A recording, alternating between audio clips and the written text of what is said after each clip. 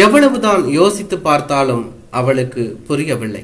அவள் அவனை எப்போதிலிருந்து வெறுக்க ஆரம்பித்தாள். இந்த அருவருப்பு கலந்த வெறுப்பு அவள் மனதில் எந்த தருணத்தில் தோன்றியது? வெறுப்பை தந்த அந்த வினாடியது. அவன் தட்டை வலித்து சாப்பிட்டு கொண்டிருந்தான். நடுநடுவே பாயாசத்தை சுரென்று உறிஞ்சு குடித்து கொண்டு இருந்தான். எந்த மனநிலையிலும் அவள் பண்டிகைகளை கொண்டாட தவறுவதில்லை. அப்படி செய்வதன் மூலம் தன் வாழ்க்கை அப்நார்மலானது இல்லை என்று அவள் தனக்கு தானே நிரூபிக்க முயன்று கொண்டிருந்தாள். அவன் சாப்பிட்ட விதமே அவளுக்கு ஒருவித அருவருப்பை உண்டாக்கியது. சிறு வயதில் அவனுக்கு அவனுடைய அம்மா வேண்டிய அளவு உணவு கொடுக்கவில்லையோ என்னவோ, இப்பொழுது பெரும் தீனிதான். ருசியான உணவு, ருசியற்ற உணவு, வீட்டு சாப்பாடு, ஹோட்டல் சாப்பாடு, ஓசி சாப்பாடு, எதுவாக இருந்தாலும் சரி, ஒரு கை பார்த்து விடுவான். எல்லாவற்றிற்கு மேல் தனக்கு பிடிக்காதவர் வீட்டிற்கு போய் அவர்கள் கொடுக்கும் உணவையும் கூட விழுங்கி விடுவான். அவளுக்கு பழைய ஞாபகம் வந்தது. கல்யாணமான 10ஆம் நாள் டெல்லியில் அப்பாவின் நண்பரை எதோட்சியாக சந்தித்தோம். அவனுக்கு அவரை காரணமில்லாமல் பிடிக்காமல் போனதும், அப்படியும் அவருடைய அழைப்பை ஏற்று அவர் வீட்டிற்கு போய் ஒரு வார்த்தை கூட பேசாமல் அவரை முறைத்து பார்த்து கொண்டே டிஃபனை அவசரமாக அடைத்து கொண்டு சட்டென்று அவன் வெளியேறியதும் எல்லாமே அவளுக்கு ஞாபகம் வந்தது. அவள் அப்பொழுது எவ்வளவு அதிர்ச்சி உற்றாள், எவ்வளவு வெட்கி போனாள். இருப்பினும் அவன் அவ்வளவு மட்டமானவன் என்பதை அவள் மனம் ஏற்க மறுத்ததால் அவனுடைய நடத்தைக்கு அப்பொழுது அவள் ஒரு காரணம் கற்பித்துக் கொண்டாள். அதாவது, தனக்கு பிடிக்காதவர் மனது கூட நோகாமல் இருப்பதற்காக தான் அவன் அவர் அழைப்பை ஏற்பதாகவும் டிஃபனை சாப்பிட்டதாகவும் தன்னை அவள் நம்ப வைத்து கொண்டாள். அந்த நம்பிக்கை தூள் தூளாகி அவனுடைய அப்பட்டமான கீழ்த்தரமான சுயநல நிதர்சனம் ஆகும் போதுதான் வெறுப்பை தந்த அந்த வினாடி பிறந்ததோ அவளுக்கு நிச்சயமாக தெரியவில்லை. அவன் சாப்பிட்டு கொண்டிருந்தான். பாயாச பாத்திரத்தில் இருந்த எல்லா முந்திரி பருப்பையும் திராட்சையையும் தன் கிண்ணத்தில் போட்டு கொண்டு தின்று முடித்தான். அவளுக்கோ குழந்தைக்கோ எதையும் மிச்சம் வைக்க வேண்டும் என்ற உணர்வு எப்பொழுதுமே அவனுக்கு இருந்ததில்லை. திருமணமான புதிதில் அவன் எதையாவது முழுவதும் சாப்பிட்டு விட்டால் அவள் கேட்பாள், எனக்கு மிச்சமே வைக்கலையா என்று.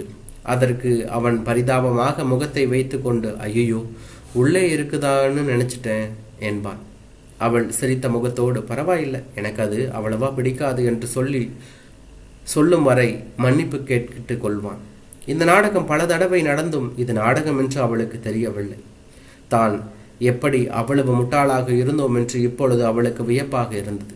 பிறந்த வீட்டில் அவள் தாய் தந்தையருக்கு செல்லப்பெண், சூதுவாது தெரியாமல் வளர்ந்தவள், உண்மையான உறவுகளை மட்டுமே அறிந்தவள். அதனால் பொய்யும் புனை சுருட்டுமே அஸ்திவாரமாக கொண்ட அவனுடைய சுபாவத்தை அவளால் சீக்கிரமாக புரிந்து கொள்ள இயலவில்லை. அந்த இயலாமையிலும் ஒரு லாபம். ஆம், அதன் காரணமாக தான் அவள் சில மாதங்களிலாவது ஒரு அசட்டு ஸ்வர்க்கத்தில் கழித்தாள். அந்த ஸ்வர்க்கம் நீர்க்குமளியாய் வெடித்த போது வெறுப்பை தந்த அந்த வினாடி வந்திருக்க வேண்டும். அவன் சொல்வதெல்லாம் பொய்யை தவிர வேறு ஒன்றுமில்லை என்பதை அவள் எப்பொழுது உணர்ந்தாள்? அவளுக்கும் தெரியவில்லை. நினைவுகளில் மூழ்கி இருந்தவளுக்கு திடீரென்று நினைவு வந்தது. குழந்தைக்காக கொஞ்சம் பருப்பை எடுத்து உள்ளே வைக்கவில்லை என்று. உடனே பருப்பு கிண்ணத்தை பார்த்தாள். அவள் பயந்தபடியே அவன் பருப்பை காலி செய்து விட்டிருந்தான். அவள் மேலோ அல்லது குழந்தையின் மேலோ உள்ள வெறுப்பினால் அப்படி செய்தான் என்பதில்லை. அவனை பொறுத்தவரை இந்த விஷயத்தில் சகல ஆத்மாக்களும் ஒன்று.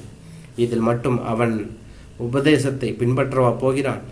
சாப்பாடு என்று வந்துவிட்டால் அவனுடைய உலகம் மிகச் சிறியதாகிவிடும். அதில் அவனை ஆட்பிக்கும் அவனுடைய அம்மாவுக்கும் கூட இடம் கிடைக்காது.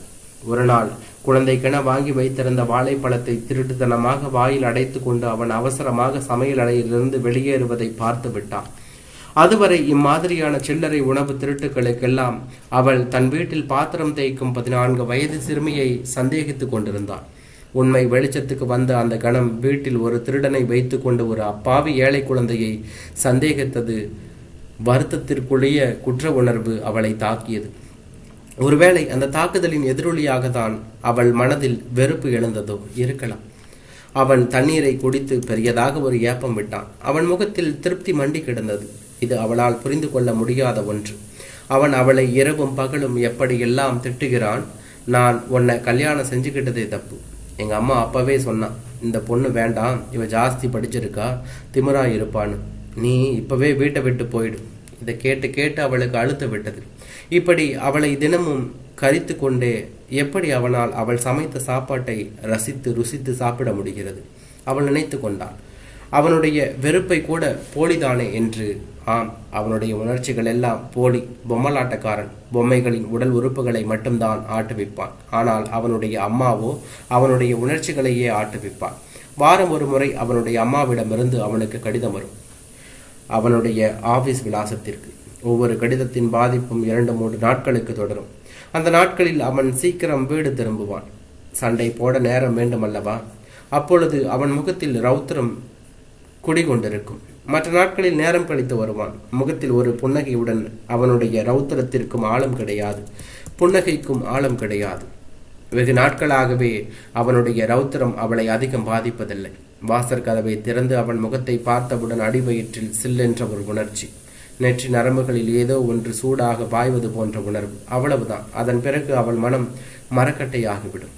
அவனுக்கு டிஃபன் காஃபி கொடுத்துவிட்டு குழந்தையை மடியில் வைத்து கொண்டு சுவற்றில் சாய்ந்து கொண்டு உட்கார்ந்து விடுவான். அவன் டிஃபன் சாப்பிட்டவுடன் ஆரம்பிப்பான். கல்யாண சத்திரத்தில் குளிக்க வெந்நீர் சூடாக இல்லாதது முதல் தொடங்கி முன்தினம் அவள் ஏதோ சொன்னது வரை தேதி வாரியாக வரிசைப்படுத்தி இவளையும் அவளுடைய பெற்றோரையும் குற்றம் சாட்டுவான். முன்தினம் அவள் என்ன சொன்னாள் என்பது முக்கியமில்லை. எது சொல்லி இருந்தாலும் அதில் குற்றம் கண்டுபிடிக்கும் திறமை அவனுக்கு இருந்தது. அவள் ஒருவேளை முன்தினம் ஒன்றுமே பேசாமல் இருந்திருந்தால் அதுவே அவளுடைய குற்றமாகிவிடும். மாலை 6 மணிக்கு தொடங்கும் இந்த ஒத்தை நடிகன் நடத்தும் ஒத்திகை இல்லா நாடகம் இரவு 8 மணி வரை நடக்கும். பிறகு அவன் சாப்பிடுவதற்காக இடைவேளை. குழந்தையை தூங்க வைத்துவிட்டு அவள் சாப்பிட உட்காரும் போது மறுபடியும் ஆரம்பிப்பான். மனம் மரக்கட்டையாகும் போது அவளுடைய வயிறும் சுருண்டு விடுமோ என்னவோ. அவள் தன் சாப்பாட்டை அப்படியே குப்பை தொட்டியில் கொட்டுவான். அவன் பின்தொடர்ந்து வந்து கத்தி கொண்டிருப்பான்.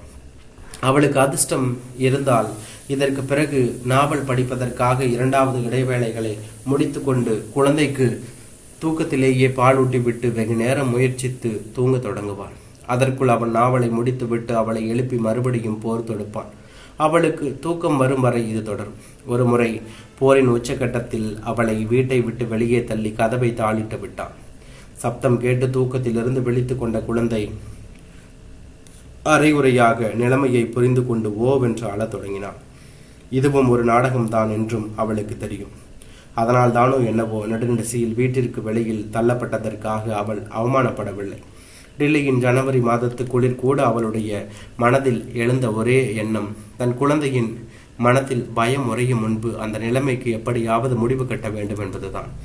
அவளிடம் அவன் மனித தன்மையற்று நடந்து கொள்வதை மற்றவர் அறிவதை அவன் விரும்ப மாட்டான் என்பது அவளுக்கு தெரியும்.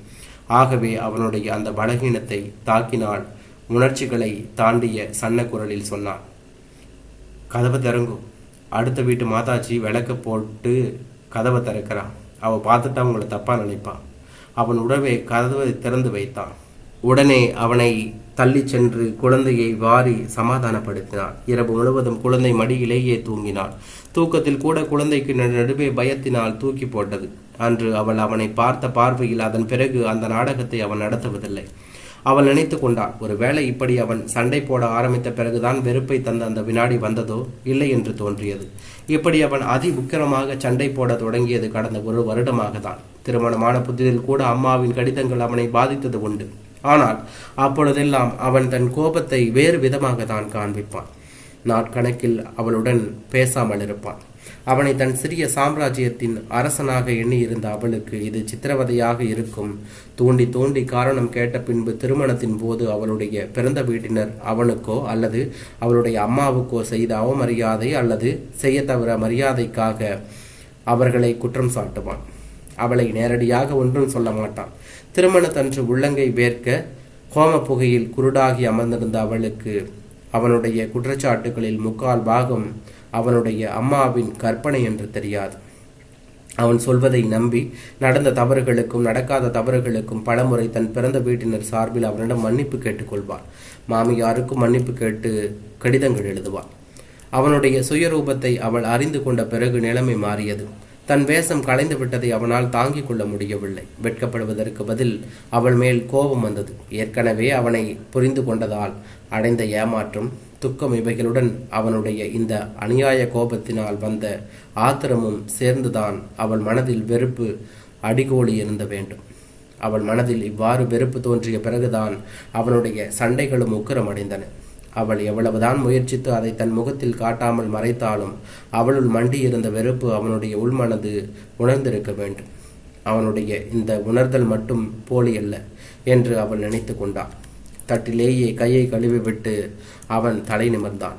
எண்ணங்களில் மூழ்கி அவனையே வெறித்து பார்த்து கொண்டிருந்த அவள் சட்டென்று தன் கண்களை அவன் முகத்திலிருந்து அகற்றினாள். ஆனால் அதற்கு முன்பு அவன் பார்த்து விட்டான். அந்த கண்களில் தெரிந்த வெறுப்பை, அதை நேருக்கு நேர் அவன் சந்திப்பது இதுவே முதல் முறையாகும். அந்த வெறுப்பின் ஆழம் அவனை நிலைகுலைய செய்தது.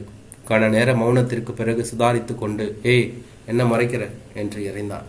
அவள் மௌனமாக இருந்தாள். அவளுக்கு ஆயாசமாக இருந்தது. அவளுக்கு தெரியும், அவளுடைய வெறுப்பின் ஆழம் அவனை அதிர்ச்சி உற செய்தாலும் அது நிரந்தரமானது அல்ல. அவனுடைய தேவைகள் மட்டுமே அவனுக்கு பிரதானம். அவளுடைய கை சாப்பாட்டை ரசித்து சாப்பிடவும், அவள் இணங்கினால் தன் இச்சையை தீர்த்து கொள்ளவும் அவன் என்றைக்கும் தயாராக இருப்பான். அவனுக்கு தன்மேல் அன்பு இல்லை என்று தெரிந்தது முதல் அவள் அவனுடைய இச்சைக்கு இடம் கொடுக்க மறுத்துவிட்டாள். அன்பில்லாத கணவனுடன் சோரம் போவதற்கு சமம் என்று அவளுடைய உறுதியான அபிப்பிராயம். அப்படி சோரம் போவதற்கு அவளை அவன் அழைத்த போதுதான் வெறுப்பை தந்த அந்த வினாடி வந்ததோ, இல்லை அந்த நேரம் அவளுடைய உடம்பெல்லாம் தீப்பற்றினார் போல எரிந்ததோ தவிர வெறுப்பு அதற்கு முன்னரே அவளுடைய மனதில் பரிபூரணமாய் வியாபித்து விட்டிருந்தது. குழந்தையின் அழுகுரல் கேட்டு அவள் திடுக்கிட்டு எழுந்தாள். வாசர் கதவு திறந்திருந்தது. அவன் ஆபீஸுக்கு போய் விட்டிருந்தான். உடனே பீரோவை பார்த்தாள். அதன் கதவு திறந்திருந்தது. அவளுக்கு புரிந்து விட்டது. அவள் பூட்ட மறந்து விட்டிருந்தாள். அவன் நினைவுகளில் மூழ்கி இருப்பதை பயன்படுத்தி கொண்டு அவன் வீட்டு பணத்தில் கை வைத்திருப்பான். எவ்வளவு குறைகிறது என்று இன்று என்ன தேவையில்லை என்று நினைத்து கொண்டான். இன்று மட்டுமல்ல, இனி என்றுமே என்ன தேவையில்லை என்ற எண்ணம் அவளுக்கு பெருத்த நிம்மதியை கொடுத்தது. குழந்தையை பார்த்தாள். தன் மூத்திரத்திலேயே வழுகி விழுந்துவிட்டு அதற்கு வேறு யாரோ காரணம் போல உரத்த குரலில் குற்றம் சாட்டி கொண்டிருந்தாள் குழந்தை. அவளை சமாதானப்படுத்தி குளிப்பாட்டி அனுப்பிப்பதற்காக நல்ல கவுனை கையில் எடுத்தாள். நல்ல கவுனை கண்டவுடன் தான் வெளியே போவதை புரிந்து கொண்டாள் குழந்தை. சந்தோஷம் எல்லை மீறி சிரித்து கொண்டே ஓட ஆரம்பித்தாள். அவ்வப்பொழுது அம்மாவை திரும்ப பார்த்து கொண்டாள். இவளும் சிரித்து கொண்டு அவர்களை சற்று தூரத்திற்கு கொண்டு ஓடிவிட்டு பின்பு தன்னால் பிடிக்க முடியாதது போல நின்றாள். உடனே குழந்தை கழுக்கென்று சிரித்துவிட்டு ஓடி வந்து அவள் முன்னே நின்று கவுன் அணிவிப்பதற்காக தன் 2 கைகளையும் தூக்கினாள். குழந்தையை தயார் செய்து பால் கொடுத்து விட்டு அவளும் தயாரானாள். தயாராகும் போது சொந்த வீட்டிலேயே திருடும் அந்த புது மாதிரியான திருடனை பற்றி சிந்தித்தாள். திருமணமான புதிதில் அவள் கனவுலகில் மிதந்த நாட்களவை. அவன் தன் சம்பளம் முழுவதையும், அப்படி அவன் சொல்ல அவள் நம்பினாள். அவளிடம் கொடுத்து கூறினான், இந்தா, இதை பீரோலவை, நம்ம 2 பேரும் அவள் ஆளுக்கு வேணுங்கிறச்ச எடுத்து செலவழிக்கலாம். அவளுடைய பிறந்த வீட்டிலோ அப்பாவின் அனுமதி இல்லாமல் அம்மாவால் ஒரு பைசா கூட செலவழிக்க முடியாது. ஆகையால் அவளுக்கு தன் கணவன் தனக்கு ஏதோ நிறைய அதிகாரம் கொடுத்து விட்டார் போல இருந்தது. சந்தோஷத்துடன் சொன்னான், சரி, யார் எடுத்தாலும் கணக்கு எழுதணும். அவன் சம்மதித்தான். அவள் கணக்கு எழுதினாள். அவள் எதிரே எப்பொழுது பணம் எடுத்தாலும் அவனும் எழுதினான். ஆனாலும் மாத கடைசியில் கணக்கு உதைத்தது. அவன் சொன்னான், உனக்கு மறதி ஜாஸ்தி, நீ ஏதாவது எழுத மறந்திருப்ப. அவள் நம்பினாள். கணக்கு முழுவதும் கணக்கு எழுபது நின்றது. ஒருவாறு மாத கடைசியிலும் பற்றாக்குறையாக தான் அவளுக்கு முதல் தேதி எப்போதும் வரும் என்று இருக்கும். ஆனால் அவன் கவலையே படமாட்டான். அவளுக்கு அது வியப்பாக இருக்கும். இவருக்கு மனதிடம் ரொம்ப அதிகம் என்று எண்ணி அவனை பற்றி பெருமை கொண்டார். அப்பா அவளுடைய பிறந்த நாள் பண்டிகை என்று ஏதாவது சாக்கிட்டு அனுப்பும் பணத்தை வைத்து ஒப்பேற்றுவாள். அவன் சொல்லுவான், சேச்சே, உன்னோட பணத்தை எடுக்காத என்று. என்ன இது, என்னோட பணம், நம்மளோடது இல்லையா என்று அவள் கோபிக்க, சரி, உன் இஷ்டம் என்று கூறிவிட்டு போய்விடுவான். அவள் மாதம் பட்ஜெட் போட்டாள். தனக்கென்று ஒரு உள்பாவடை கூட வாங்கி கொள்ள மாட்டாள். தலை தீபாவளிக்கு பிறந்த வீட்டுக்கு போன போது அம்மா அவள் பெட்டியை பார்த்துவிட்டு நிலைமையை புரிந்து கொண்டு புடவை முதல் கைக்குட்டை வரை வாங்கி தந்தாள். அது அவளுக்கு அவமானமாக இருந்தது. ஆனால் அவற்றை வாங்க மறுத்து அம்மாவின் மனதை நோக்கடிக்கவும் பிடிக்கவில்லை.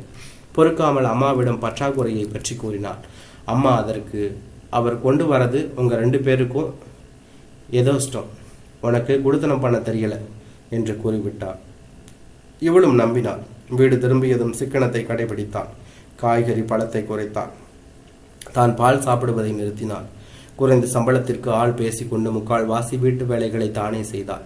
4 மாத கருவை வயிற்றில் சுமந்து கொண்டே தண்ணீர் குடத்தை இடுப்பில் சுமந்து 3வது மாடியிலிருந்தும் தன் வீட்டிற்கும் எடுத்துச் சென்றார். இதையெல்லாம் அவள் சந்தோஷமாக செய்தாலே தவிர, ஏனென்றால் அந்த பற்றாக்குறை அவனால் உண்டாக்கப்பட்டது என்று அப்பொழுது அவளுக்கு தெரியாது. அவன் மேல் அவள் வைத்திருந்த நம்பிக்கை எப்போது சிதைந்தது?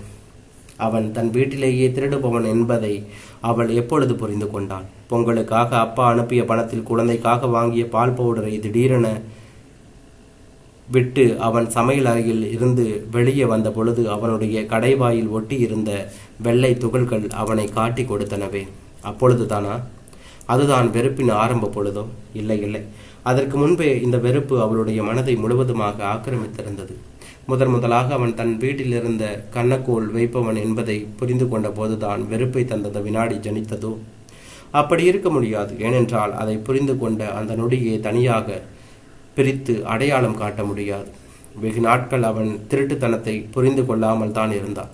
ஆனால் இப்பொழுது வெகு நாட்களாகவே பீரோவை பூட்டி சாவி தாலி கயிற்றில் கோர்த்து கொள்ள தொடங்கியிருந்தான். அவனுக்கு வேண்டிய பணத்தை அவ்வப்போது கொடுக்க தொடங்கியிருந்தான். அவள் எப்பொழுதிலிருந்து இப்படி செய்ய தொடங்கினாள் என்று அவளுக்கே நினைவில்லை. உண்மையே அவளுடைய உள்மனது எப்பொழுதோ உணர்ந்து கொண்டிருக்க வேண்டும். ஆனால் எந்த தருணத்திலிருந்து அது அவளுக்கு தெரிந்த விஷயமாகிற்று என்று அவளுக்கு தெரியவில்லை. ஆனால் ஒன்று தெரிந்தது. அந்த திருட்டுத்தனத்தை உணர்ந்த நாளிலிருந்து அவள் அவனுடன் சண்டை போடுவதை நிறுத்திவிட்டாள். அதற்கு கூட அவனுக்கு தகுதியில்லை என்று அவளுக்கு தோன்றிவிட்டது.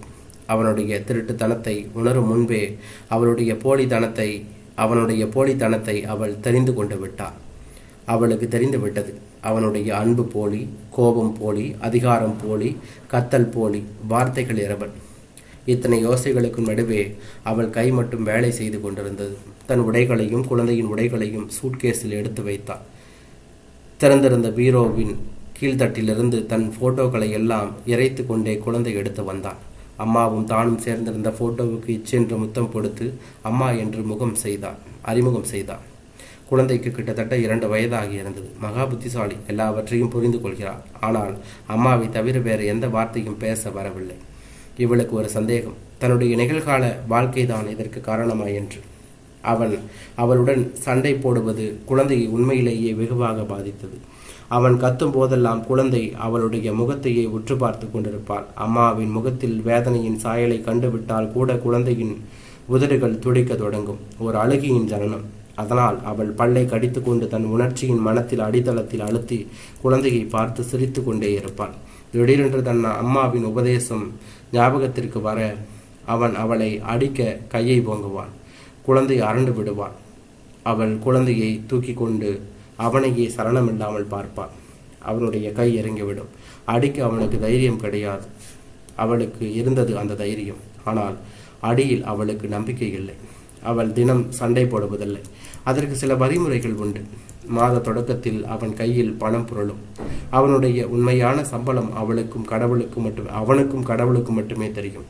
அப்பொழுதெல்லாம் அவன் நைட் டியூட்டி என்று கூறி எல்லா விதத்திலும் ஃபுல்லாக நேரம் கழித்து வந்த உடனேயே தூங்கி விடுவான். நைட் டியூட்டி நைட் ஷோவில் தான் என்பது அவனுக்கு தெரியும். அம்மாவின் கடிதத்தால் அவன் பாதிக்கப்படும் நாட்களில் சண்டை, கத்தல், குற்றச்சாட்டுகள் என்று நாடகங்கள் நடக்கும். கையில் அதிக பணம் இல்லாமல் அம்மாவின் ரிமோட் கண்ட்ரோலும் இயங்காத நாட்களில் மறுபடியும் நைட் டியூட்டி தான். ஆனால் ஒரு வித்தியாசம், அவனுடைய பாக்கெட்டில் டிக்கெட்டுகள் 1க்கு பதில் 2 இருக்கும். முதலில் இது அவளுக்கு வியப்பாக இருந்தது. ஏனென்றால் அவனுக்கு நண்பர்களே கிடையாது. ஆனாலும் அவள் அவனை ஒன்றும் கேட்கவில்லை. ஏனெனில் அதற்குள் அவள் வெறுப்பின் எல்லையை தொட்டிருந்தாள். ஒருமுறை துணிமணிகளை சலவைக்கு போடும் முன் அவனுடைய பாக்கெட்டை துலாவும் போது அதில் பாதுகாப்பு சாதனம் ஒன்று அகப்பட்டது. திருமணம் நிச்சயமான போதே அப்பாவின் நண்பர் ஒருவர் அவளை நல்லெண்ணத்தோடு எச்சரித்தார். மாப்பிள்ளையோட உத்தியோகத்தில் பல பெண்களுக்கு கான்ட்ராக்ட் கொடுக்கிற அதிகாரம் இருக்குமா? சில பெண்கள் இதுக்காக என்ன வேணாலும் செய்ய தயாராக இருப்பாங்கம்மா, நீ ஜாக்கிரதையா இருந்துக்கோ என்று. அவள் நிலைமையை புரிந்து கொண்டு விட்டாள். ஆனால் அதிர்ச்சி உறவில்லை, வருத்தம் கூட அடையவில்லை. அவளுக்கு அவனை விசாரிக்க பிடிக்கவில்லை. ஏனென்றால் ஒரு மனைவியின் உரிமையை எடுத்துக்கொள்ள அவள் விரும்பவில்லை. பெண்களுடன் ஊர் சுற்றுகிறான் என்பது புரிந்தது.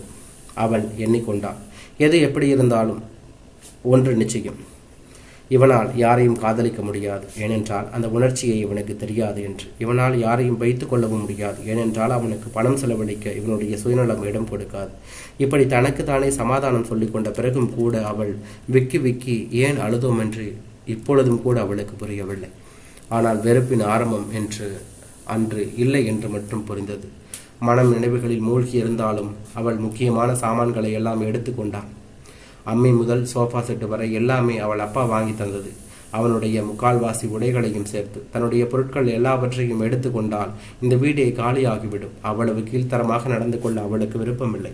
ஆகவே பல சாமான்களை அவனுக்கு பிச்சையிட்டு விட்டாள்.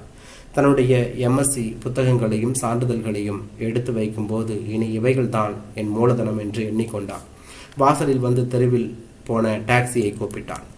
வயதான சர்தார்ஜி டிரைவர் அவளை ஒரு சாமானும் தூக்க விடவில்லை. அடுத்த வீட்டுக்காரி முகத்தில் ஒரு பெரிய கேள்விக்குறியோடு எல்லாவற்றையும் பார்த்து கொண்டிருந்தாள். நல்ல வேளை அதிகம் பழகாததால் கேள்வி நாக்குக்கு வரவில்லை. அதை சாதகமாக்கி கொண்டு வீட்டின் சாவியை அவளிடம் கொடுத்து அவன் வீடு திரும்பும் போது கொடுத்து விடச் சொன்னான். குழந்தையை தூக்கி கொண்டு டாக்ஸியில் ஏறி சவுத் எக்ஸ்டென்ஷன் ஜாயே என்று சொன்னார். குழந்தை ஜன்னல் வழியே வேடிக்கை பார்த்து கொண்டும் நடுநடுவே கை கட்டி சிரித்து கொண்டும் இருந்தார். டிரைவரின் முன்னிருந்த சிறிய கண்ணாடி வழியே அவளுடைய வெள்ளை தாடியை பார்த்து பார்த்து சிரித்தார். அவரும் அன்பு பொங்க சிரித்து, இந்த பொம்மைக்குட்டியின் அப்பா வரவில்லையா என்றார். அவள் மௌனமாக இல்லை என்று தலையை ஆட்டினார். கையில் இருந்த விலாசத்தை பார்த்து அவருக்கு வழி சொன்னார். வீடு வந்துவிட்டது. நல்ல வேளை அண்ணாவுக்கு டெல்லி மாற்றல் ஆகியது, இல்லாவிட்டால் இன்னும் சிரமமாக இருந்திருக்கும் என்று எண்ணிக்கொண்டாள். டாக்ஸி என்ற சப்தம் கேட்டு அப்பாவும் அம்மாவும் வாசலுக்கு வந்தார்கள். அவள் குழந்தையோடு இறங்குவதை பார்த்தவுடன் அவர்களுக்கு சந்தோஷம் தாங்கவில்லை. இந்த மட்டிலும் மாப்பிள்ளை தன் விதியை தளர்த்தி அவளையும் குழந்தையையும் அனுப்பி வைத்தாரோ என்று 3 மாத குழந்தையோடு சீர்சனத்தையோடு அவனை அனுப்பிய பிறகு அவர்களிடையே எல்லா போக்குவரத்தும் நின்றுவிட்டிருந்தது. வெற்றுமுகம் பாராமல் குழந்தை பாட்டியிடம் தாவினார். சர்தார்ஜி டிக்கியை திறந்து சாமான்களை எடுத்து ஹாலில் வைக்க ஆரம்பித்தார். சாமான்களை பார்த்தவுடன் அப்பா அம்மாவின் முகங்கள் பேய் அறைந்தாற் போல ஆகிவிட்டன. சர்தார்ஜி பணத்தை வாங்கி கொண்டு குழந்தையின் கன்னத்தை தடவி விட்டு சென்று விட்டார். அவள் சூட்கேஸிலிருந்து தன்னுடைய சான்றிதழ்களை எடுத்து அப்பாவிடம் கொடுத்து, இதற்கெல்லாம் ஜெராக்ஸ் காப்பி எடுத்து கொடுங்கப்பா என்றார். அப்பா உடனே சட்டையை மாட்டிக்கொண்டு குழந்தையுடன் வெளியே கிளம்பி விட்டார். அவர் நடையில் திடீரென்று வயதின் தளர்ச்சி தெரிந்தது. அம்மா டிஃபன் காப்பி கொண்டு வந்து தந்தாள். அப்பொழுதுதான் இவளுக்கு நினைவுக்கு வந்தது, தான் காலையிலிருந்து ஒன்றும் சாப்பிடவில்லை என்பது. மௌனமாக சாப்பிட்டு விட்டு கை கழுவியதும் அம்மா நியூஸ் பேப்பரை கொண்டு வந்தாள். இந்த அட்வர்டைஸ்மெண்ட் பார், டெல்லி யூனிவர்சிட்டியில் பிஸ்னஸ் லெக்சரர் கேட்டிருக்கா என்றாள். அவள் படித்தாள். உடனே உட்கார்ந்து ஒரு விண்ணப்பத்தால் அனுப்புமாறு கடிதம் எழுதி நிமிர்ந்தாள். அம்மா அருகே வந்து நின்றாள். தயங்கி தயங்கி மெதுவாக கேட்டாள், எப்போது இருந்துமா நிலைமை இத்தனை மோசமாக போச்சு? அவள் சொன்னாள், எனக்கே தெரியலாமா என்றான்.